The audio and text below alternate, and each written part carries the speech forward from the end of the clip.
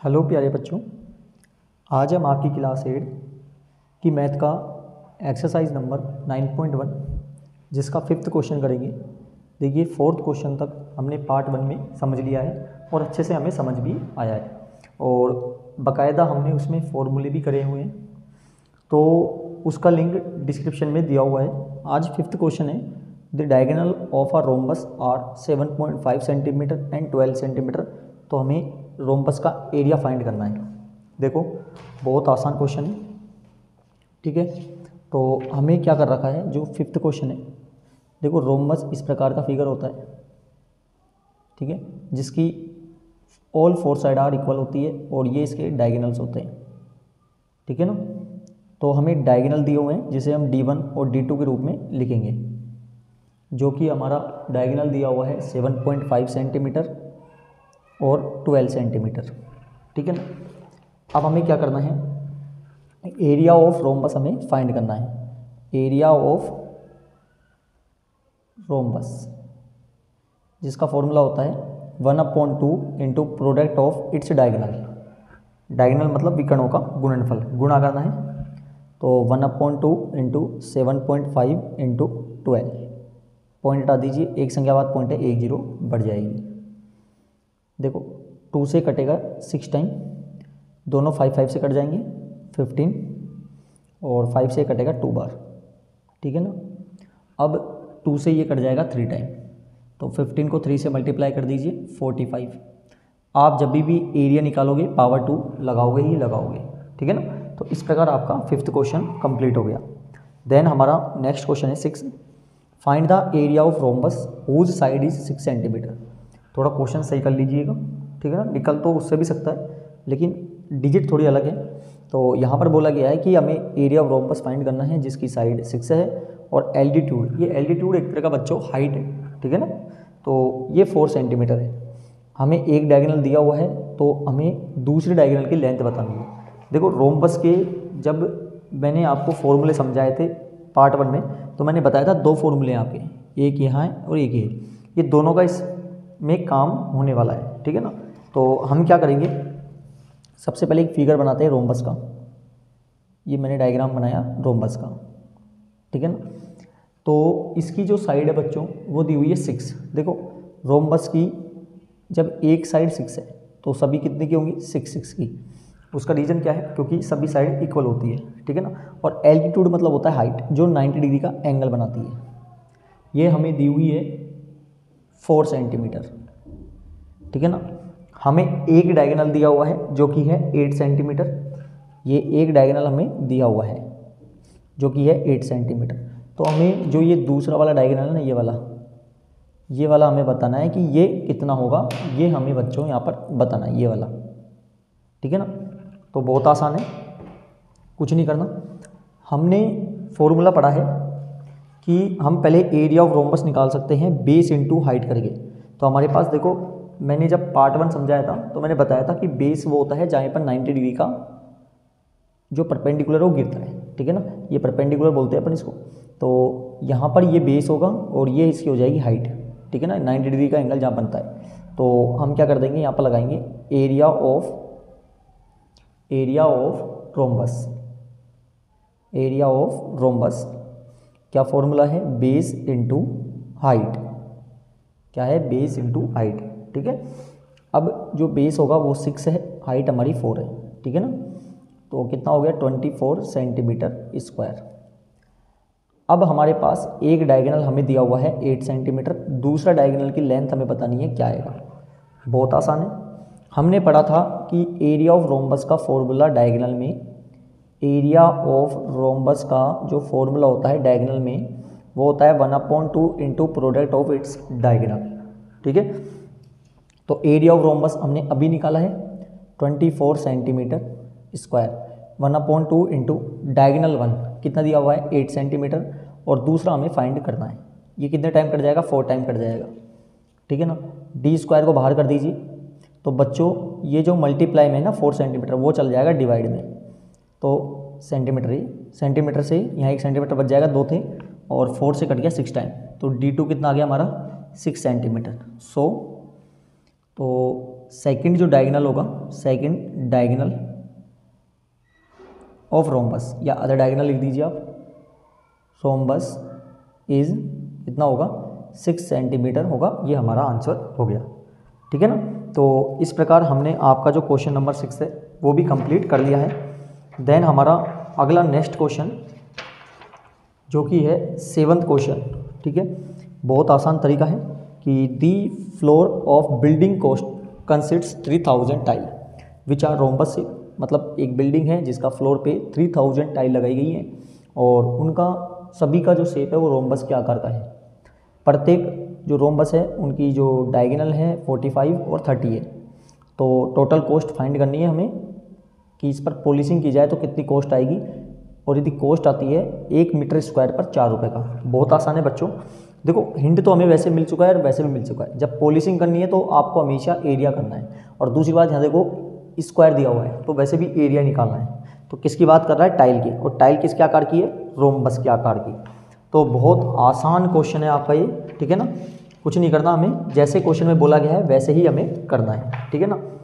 तो देखिए हमें जो क्वेश्चन नंबर है हमारा 7th, तो हमें नंबर ऑफ जो टाइल्स है वो दी हुई है 3000 नंबर ऑफ टाइल्स है, ठीक है ना।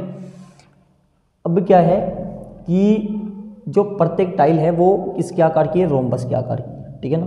तो हमें जो रोम्बस है उसके डायगोनल दिए हुए हैं टाइल में D1 और D2 जो कि है 45 और 30, ठीक है ना। अच्छा, पॉलिशिंग करनी है, मैंने क्या बताया, एरिया निकालना पड़ेगा। तो हम लगा देंगे area of tile, area of one tile, area of one tile यानी एक टाइल का क्षेत्रफल किसके आकार की है, रोम्बस के आकार की, तो रोम्बस का लगा दो, ठीक है ना, लगा दिया। अब D1 कितना है 45, ये है 30, कितने टाइम कट जाएगा 15 टाइम, मल्टीप्लाई कर दीजिए। तो जब आप इसे मल्टीप्लाई करेंगे तो आपके पास आएगा 675 सेंटीमीटर स्क्वायर, ठीक है। अब ये एक टाइल का एरिया है तो हम निकालेंगे टोटल एरिया ऑफ 3000 टाइल्स, यानी 3000 टाइल का हम टोटल एरिया फाइंड करेंगे। तो 3000 से मल्टीप्लाई कर देंगे क्योंकि एक टाइल का हमें यहाँ पर दिया हुआ है, ठीक है। तो देखिए क्या करना है, मल्टीप्लाई करना है 0 0 0 और 3 से मल्टीप्लाई करोगे 675 को तो आपके पास आएगा 2025, ठीक है ना। ये इस प्रकार से हो जाएगा और सेंटीमीटर में स्क्वायर में आपका आंसर आएगा, ठीक है ना। अब बच्चों जो कॉस्ट आई थी, देखो क्वेश्चन में दिया हुआ था आपको कि पॉलिशिंग की जो कॉस्ट आती है वो आती है पर मीटर स्क्वायर पर 4 रुपीज़ का, ठीक है ना। तो आप लिखोगे कॉस्ट ऑफ पॉलिश करना है ना, हाँ ठीक है ना। तो polishing, cost of polishing of 1 metre square कितनी आती है, ₹4, यानी 1 मीटर स्क्वायर पर 4 रुपये का खर्चा आता है। अब यहाँ पर देखो मीटर स्क्वायर है तो हमें इसे भी मीटर स्क्वायर में चेंज करना होगा, ठीक है ना। चूँकि हमें पता है कि 1 मीटर में 100 सेंटीमीटर होते हैं, ठीक है। तो स्क्वायर लग रहा है ना, तो स्क्वायर का मतलब हो गया इसको 2 बार मल्टीप्लाई करना है तो कितने हो जाएंगे 10,000 सेंटीमीटर स्क्वायर। बस केवल आपको इसका डिवाइड देना है, ठीक है ना। तो बहुत आसान है। तो हम क्या करेंगे यहाँ पर 2025 और 3 टाइम 0 इसमें डिवाइड देंगे 10,000 का, 30 से 30 कट जाएगा। देन 2025 1, जब ध्यान समझना नीचे 1 होता है और कितनी भी जीरो हो उन जीरो का डायरेक्ट पॉइंट बन जाता है। डिवाइड देने से अच्छा है कि हम थोड़ा शॉर्टकट कर लें। तो 1 0 है तो 1 के बाद पॉइंट लगा दो, ये मीटर स्क्वायर में कन्वर्ट हो गया। तो बच्चों ये हमारा एरिया आ चुका है और 1 मीटर स्क्वायर पर खर्चा आता है 4 रुपये का, 4 रुपीज़ का। तो टोटल खर्चा कितना हो जाएगा, तो टोटल जो कॉस्ट आएगी ना वो आएगी 202.5 मल्टीप्लाई 4 करिए, कितना आएगा, मल्टीप्लाई करने पर आएगा आपका 8100, ठीक है ना। एक संख्या बाद पॉइंट है, पॉइंट लगा दीजिए। तो हमारा जो खर्चा आएगा 810 रुपीज़ आएगा इस पर पॉलिश करने का, ठीक है ना। तो इस प्रकार आसानी से हमने इस क्वेश्चन को भी कंप्लीट कर लिया है, ठीक है। अब जो हमारा नेक्स्ट क्वेश्चन है वो है हमारा 8th, बहुत अच्छा क्वेश्चन है। Mohan went to buy a trapezium shape field its side along the river in parallel to and twice the side another along the road, मतलब मोहन ने एक फील्ड खरीदता है जो कि ट्रेपेजियम के आकार का है, जैसे आपको दिखाई दे रहा है, एक साइड में इसके रोड है, दूसरे साइड में इसके रिवर है, ठीक है ना। अब क्वेश्चन में एरिया दिया हुआ है ट्रेपेजियम का, पता चली गया फॉर्मूला ट्रेपेजियम का ही लगने वाला है, जो कि एरिया है 10,500 metre square, and perpendicular distance between, perpendicular जब भी बात कर ले यानी हाइट है, तो हाइट कितनी है 100 metre, find the length of side along the river. अब देखो बच्चों, ये डायग्राम आप थोड़ा देख रहे हो, ये ट्रेपेजियम क्या करता है, ये दोनों इसकी पैरेलल साइड है, क्योंकि आगे और पीछे कहीं पर भी बढ़ाओ नहीं मिलती है, ये पैरेलल साइड नहीं होगी, ठीक है ना। तो ये पैरेलल साइड हो जाएगी, तो इसका मतलब हमें जो फॉर्मूला है 1/2 into sum of parallel side into height, ये फॉर्मूला होता है एरिया ऑफ ट्रेपेजियम का। देखो ये लिख रहे हैं, आप एक बार लिख लीजिए, यदि जिसने पार्ट 1 नहीं लिखा है, नहीं समझा है, पार्ट 1 में मैंने ये सब फॉर्मूले बता दिए हैं, ठीक है ना, लिंक डिस्क्रिप्शन में दिया हुआ है, आराम से आप कर सकते हो, ठीक है। तो एरिया ऑफ ट्रेपेजियम का होता है 1/2 into sum of parallel side into height, ठीक है।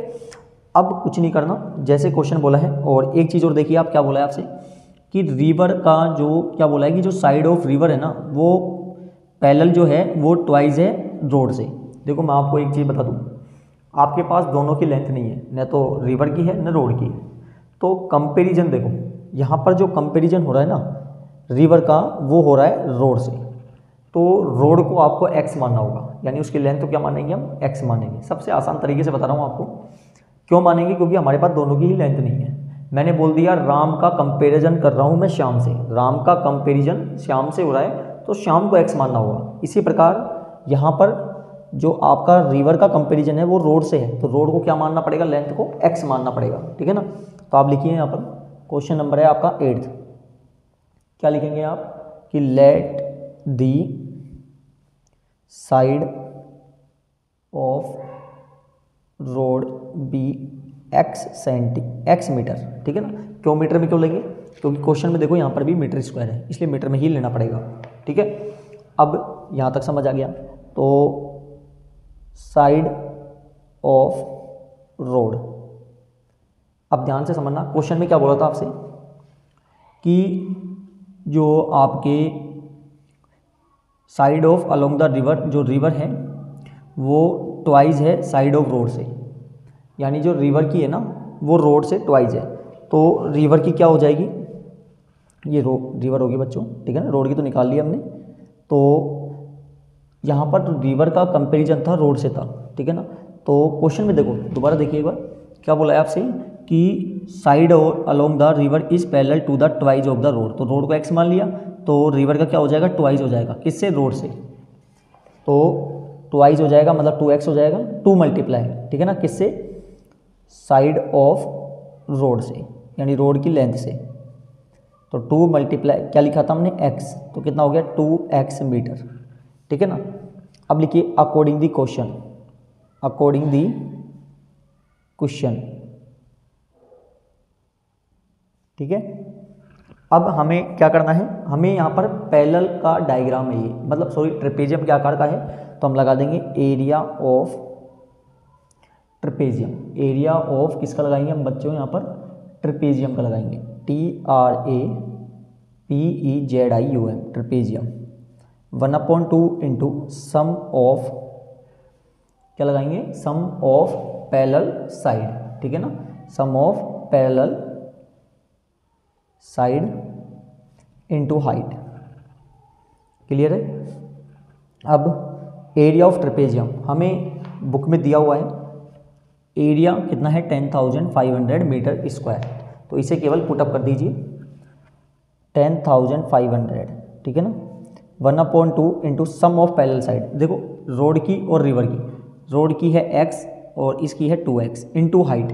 देखो आपको क्वेश्चन में दिया हुआ था कि जो परपेंडिकुलर है, क्वेश्चन में बोला था कि जो बिटवीन है परपेंडिकुलर, और परपेंडिकुलर का डिस्टेंस होता है ना वो आपका 90 डिग्री का होता है, इसलिए इसको हाइट बोला जाता है, तो कितना हो जाएगा 100, ठीक है ना, कितना हो जाएगा 100। अब 10,500 इक्वल टू 1/2 इंटू 1x और ये 2x, तो कितने हो गए 3x हो गए, ठीक है ना, कितने टाइम कट गया 50 टाइम कट गया, देन 10,500 5 3 जा 15x, यानी 150x हो जाएगा। अब x को बाहर कर दीजिए, मल्टीप्लाई किस में चल जाएगा, डिवाइड में, 0 से 0 कट गया तो x की वैल्यू कितनी आ गई 70। तो so length of road side और एक बतानी है लेंथ ऑफ रिवर साइड। तो रोड का क्या था x था और x का कितना है 70, तो 70 मीटर हो जाएगा। और जब आपने रिवर का करा था तब क्या था 2x था, तो x की जगह क्या लिख देंगे हम 70 कर देंगे, तो कितना आ जाएगा 140 मीटर। तो प्यारे बच्चों इस प्रकार से आपका जो क्वेश्चन नंबर 8 है वो हमने कंप्लीट कर लिया है और मुझे पूरी उम्मीद है आपको समझ आया होगा, ठीक है ना। अब जो नेक्स्ट पार्ट होगा हमारा 9, 10 और 11 क्वेश्चन का, ठीक है ना, वो नेक्स्ट वीडियो में हम समझेंगे। तो जिन्होंने चैनल को सब्सक्राइब नहीं किया है बच्चों, चैनल को सब्सक्राइब करें, ज़्यादा से ज़्यादा शेयर करें और लाइक करना ना भूलें। और कोई डाउट है तो कमेंट करके बताइए। बहुत बहुत धन्यवाद।